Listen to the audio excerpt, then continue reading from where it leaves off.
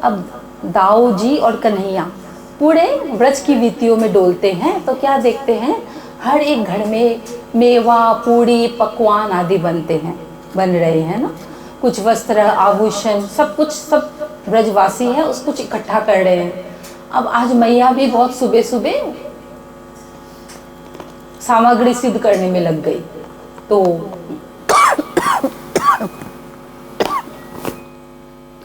तो अब आज क्या हुआ, अब मैया कन्हैया जाते हैं, मैया तू मोको एक लडवा दे दे, मोको मठड़ी दे दे। तो बोले ना ना, ये तो जेजो को समान है।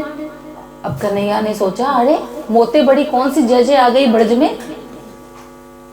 बाबा को पूछा, बोले कि आज बाबा काहे की तैयारी है रही है। तो बोले लाला इंद्र की पूजा है। बोले इंद्र की पूजा क्यों भला। तो बोले इंद्र वर्षा करते हैं, हम जब उनको भोग लगाते हैं, यज्ञ करते हैं, इंद्र यज्ञ, तो वो वर्षा करता है, तो इसीलिए हमारा जो व्रज है वो हरा भरा है, तो हमारे गौओं को पाने के लिए तृण मिल जाता है, इसीलिए हम इंद्र की पूजा करते हैं। तो बोले अच्छा। तो बोले ये तो उदार एक देवता का लक्षण नहीं है, आपने पूजा करी तो उसने वर्षा करी, और अगर पूजा नहीं करो तो बोले क्रोध हो जाते हैं, तो वो वर्षा नहीं करेंगे फिर। तो बोले अच्छा, ये तो फिर मजे हुए कोई एक व्यापारी का लक्षण है, आप उसको कुछ दोगे तो वो कुछ देगा, ये तो कोई देवता का भी लक्षण नहीं है।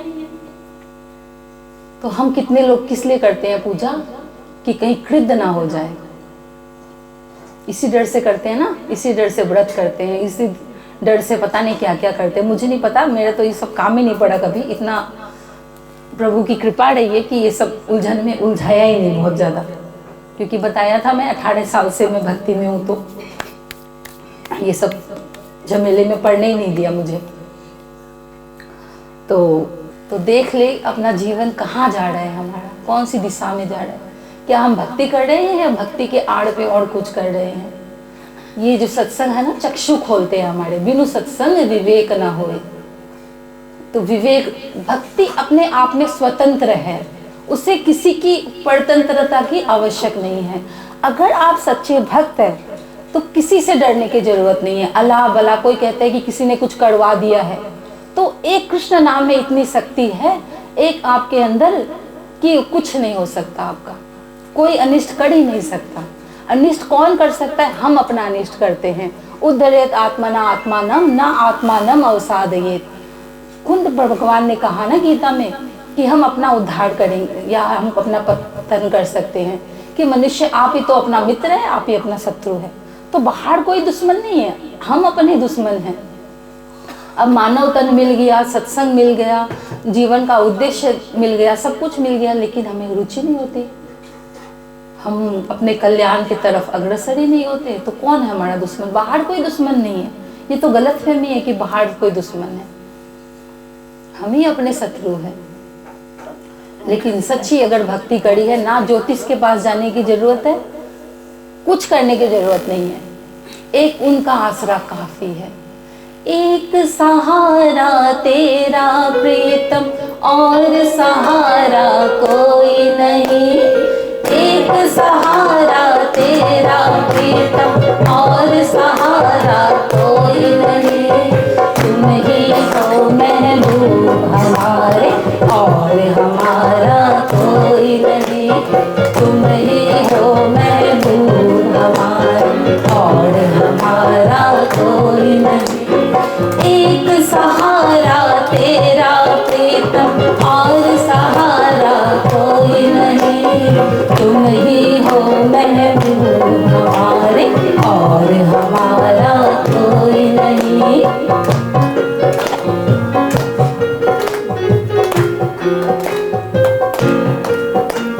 क्या लेना क्या देना, खुद गर्जी का संसार है। क्या लेना क्या देना, खुद गर्जी का संसार है। अपनी तो कायम खुशियाँ प्रीतम का सच्चा प्यार है। अपनी तो कायम खुशियाँ प्रीतम का सच्चा प्यार। नजरों में तेरा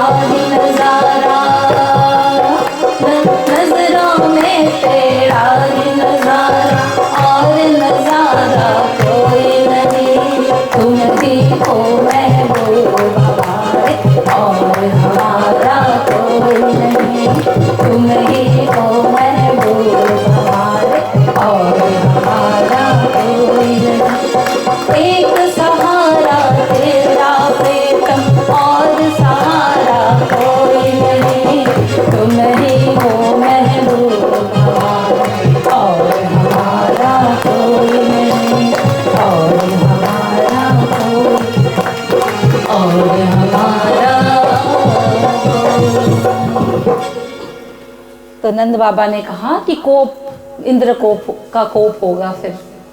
तो बोले अच्छा। तो बोले कि इंद्र वो तो जन्मों का भगोड़ा है, जो 100 अश्वमेध कर लेता है वो इंद्र आसन में बैठ जाता है। तो अब गीता में भी आ गया था, उस दिन समझाया था ऐसे। तो अब चलो ठीक है, बस फटाफट बोल देती हूँ। यान्ति देवव्रता देवान पितॄन यान्ति पितृव्रता भूतानि यान्ति भूतेज्य यान्ति मध्याजिनो अपि माम। अगर आपको पितृ बनना अच्छा लगता है, बताया था ना पितृ लोग जहाँ पर साल में एक बार यहाँ वहाँ का एक दिन होता है, तो जहाँ पर किसी से आस करना पड़ता है कोई देगा, कोई कपड़ा देगा, तो वहाँ जाने का मन है तो पितृ बनिए, उनकी पूजा करिए, ठीक है। देवी देवता, अब इंद्र जो है वो सबसे ज़्यादा दुखी है देवी देवता में, तो देवी देवता बनना है तो उनकी पूजा करिए। भूत बनना है तो भूतों की पूजा करिए, तांत्रिकों के पास जाइए। लेकिन अंत में भगवान ने क्या कहा, यान्ति मध्याजिनो अपि माम, लेकिन मेरे भक्त मुझे प्राप्त होते हैं। अब देखो किसको प्राप्त करना है, ये हमारे हाथ में है क्योंकि कर्म योनि है।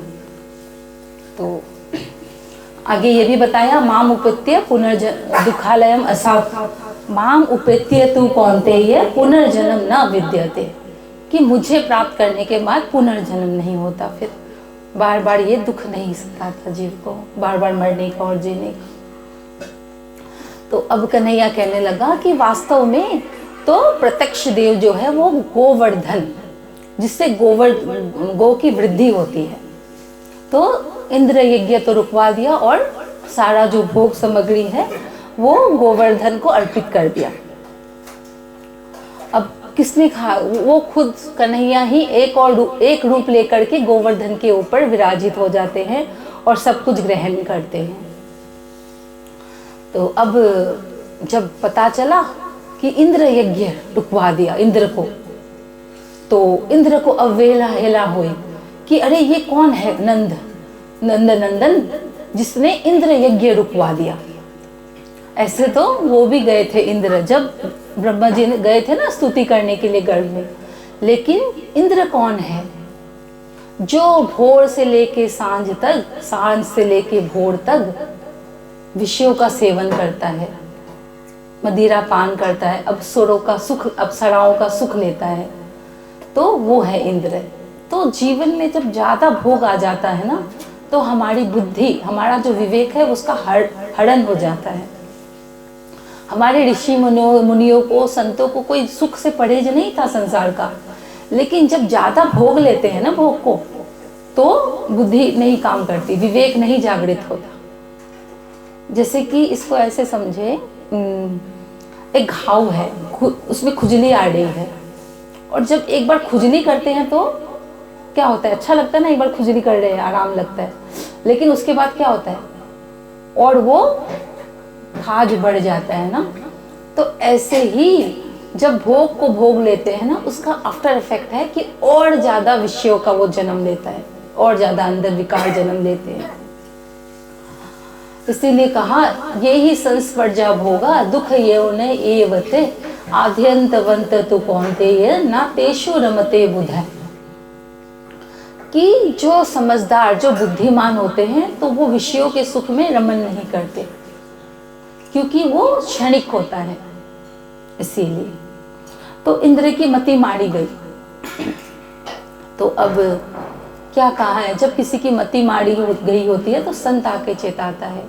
तो इधर में नारद मुनि आए, पहले तो क्या किया, इंद्र को कुपित हुआ ना, तो जितने भी जो मेघ थे, जो प्रलय काल में वर्षा करते थे, जब प्रलय करना था सृष्टि में, तब जब वो सामवर्तक मेघ को भेजते हैं कि मैं अगर दृष्टिपात करूं तो व्रज का तिनका भी नहीं होना चाहिए, ऐसा लगना ही नहीं चाहिए कि धराधाम में कोई व्रज नाम की भी कोई जगह थी, तो जाओ जितना भी अर्जित किया है ना सब बरसाओ, और भयंकर तूफान आदि वर्षा अग्नि वो बरसाने लगता है मेघ, सामवर्तक मेघ।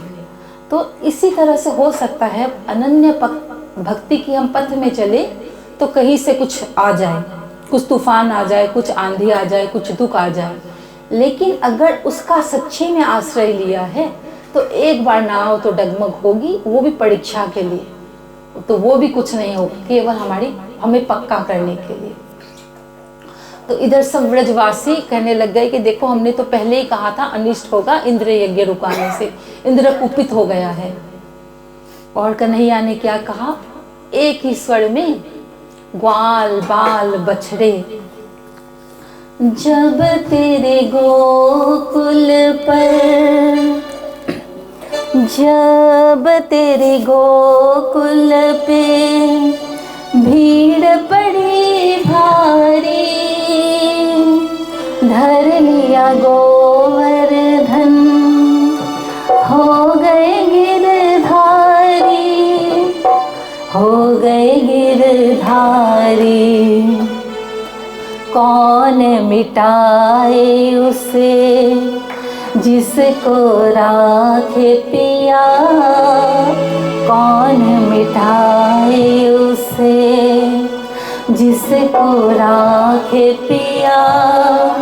सब दुख दूर होए जब तेरा नाम लिया, सब दुख दूर हुए जब तेरा नाम लिया।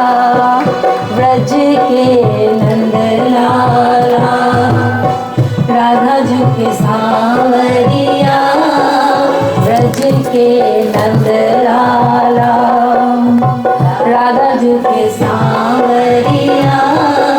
सब दुख दूर हुए जब तेरा नाम लिया, सब दुख दूर हुए जब तेरा नाम लिया।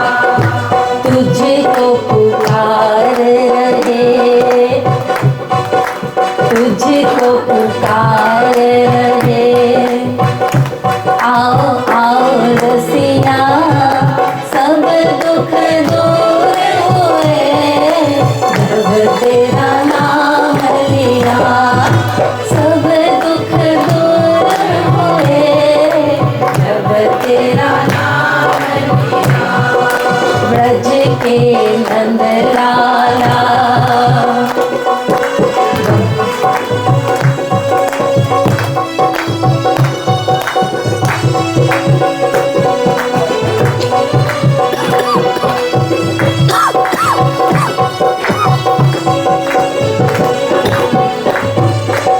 बोले कृष्ण कन्हैया लाल की। कन्हैया ने बांसुरी की तान छेड़ी और एक एक तृणवज का कन्हैया के पीछे हो लिया, जैसे कि कन्हैया ने कोई मोहिनी छेड़ी हो। और इधर अपार गोधन राशि, ग्वाल बाल, सब गैया मैया, नंद बाबा, जितने भी ब्रजवासी थे सब कन्हैया के पीछे पीछे हो लिए। और सबके देखते ही देखते तिरछा चरण, एक हस्त कमल को कटी पर, और देखते ही देखते वाम हस्त की कनिष्ठिका में भगवान ने गोवर्धन उठा लिया। बोलिए गिरवरधारी की जय, कृष्ण कन्हैया लाल की जय। अब गोवर्धन कितने दिन के लिए उठाया? 7 दिन। हाँ, 7 दिन 7 रात। इसका मतलब कि वो जीव की 7 दिन 7 रात रक्षा करते हैं। उनकी छुट्टी नहीं होती संडे की कि ना आज तो मैं भक्तों की रक्षा नहीं करूंगा।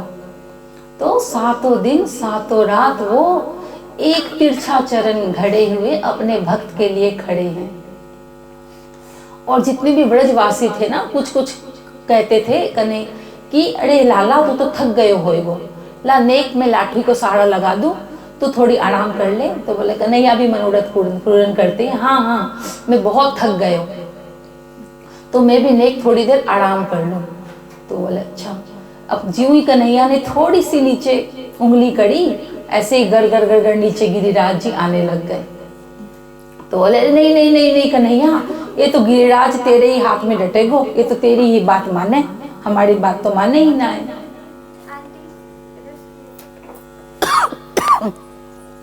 क्या मतलब हुआ कि हमें लगता है ये संसार का सारा काम, घर गृहस्थी दुकान मकान सब हमने सारा भार उठा रखा है सिर पर।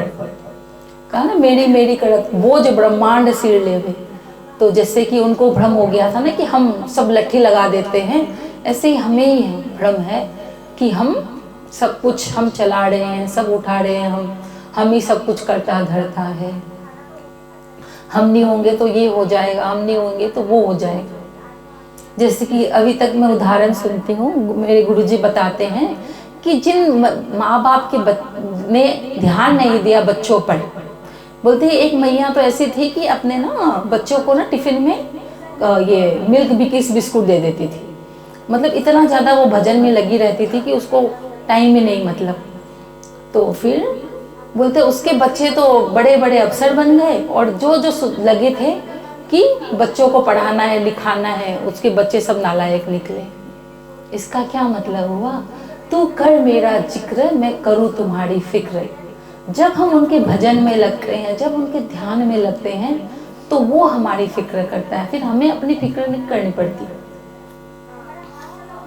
लेकिन अब बोझा हमने उठा ही रखा है तो उठाओ बोझा फिर। तो वैसे तो इसका ये मतलब होता है। बोलिए कृष्ण कन्हैया लाल की जय।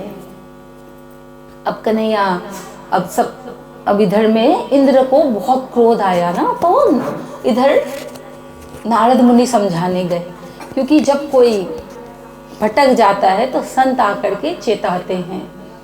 तो कहने लग गए कि अरे इंद्र, सहस्त्र लोचना अंध इंद्र, तुम भूल गए कि जब गढ़ विस्तुति की गई थी तब तुम भी गए थे, आज क्या हो गया तुम्हें?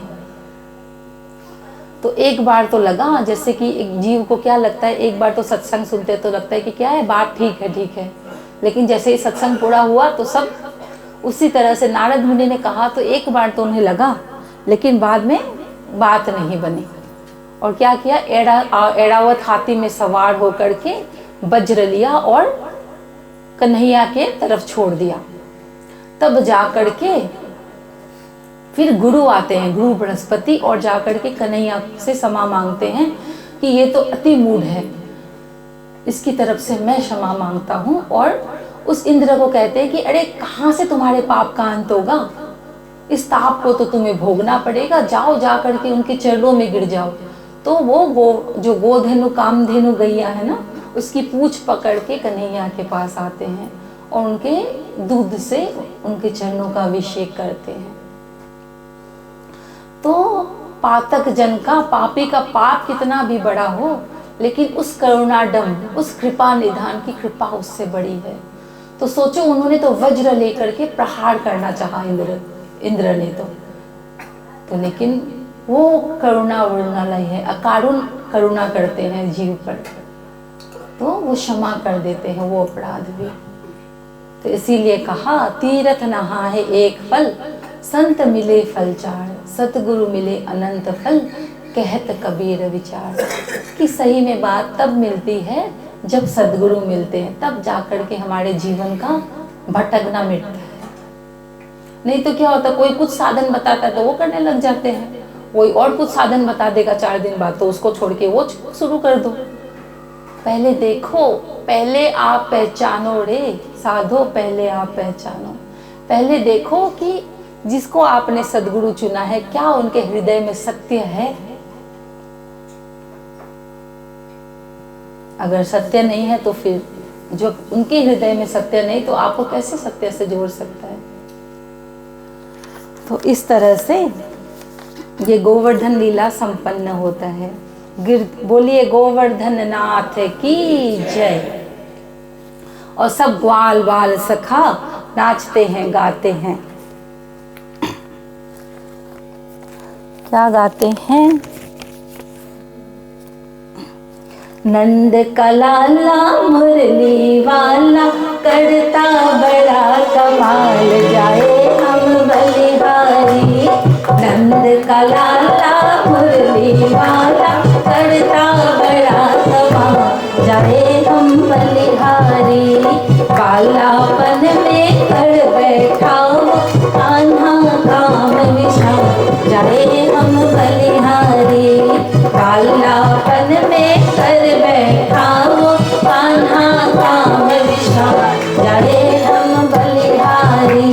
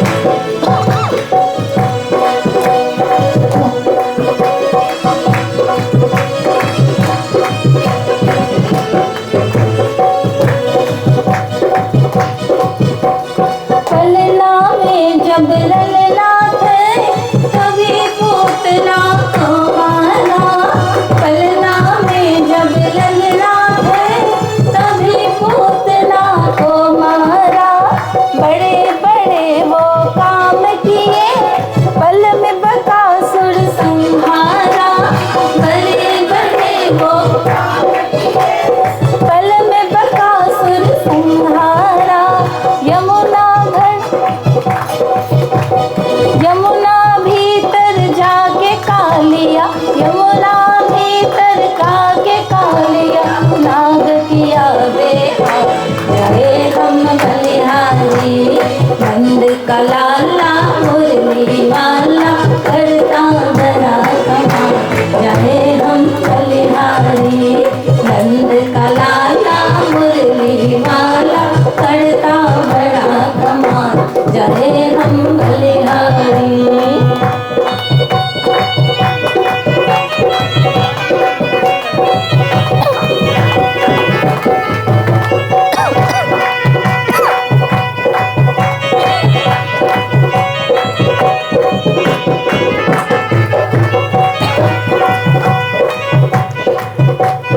अपने कर की उंगली पर गोवर्धन पर्वत धारा।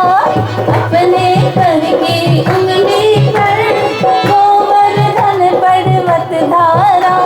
बड़े बड़े वो काम किए झूम उठा आलम सारा। बड़े बड़े वो झूम उठा आलम सारा।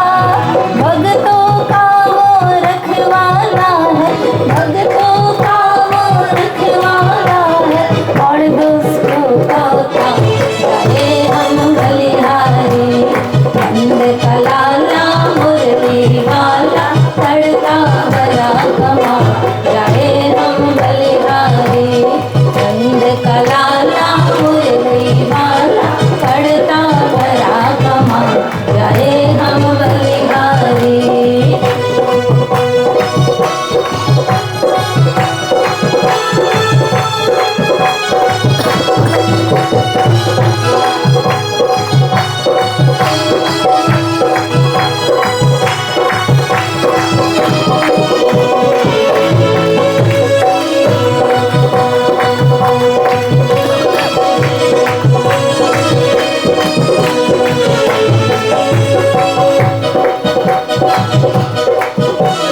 बंसी बजैया रास रचैया गुन गाने को शब्द है कम।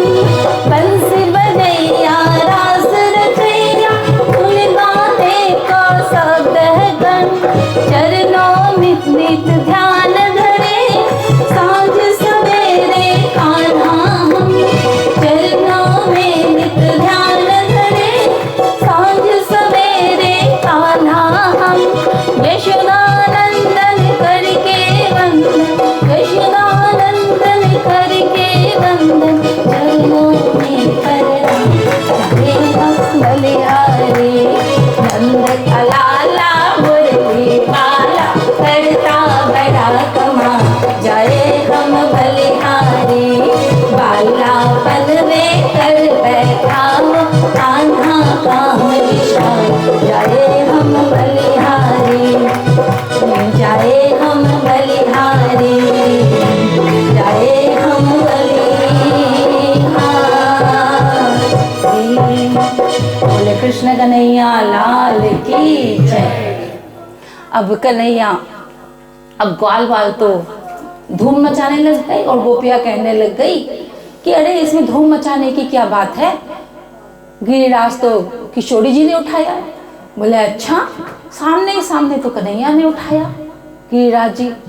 अब वृषभानु ने नंदिनी ने कैसे उठा लिया गिरिराज?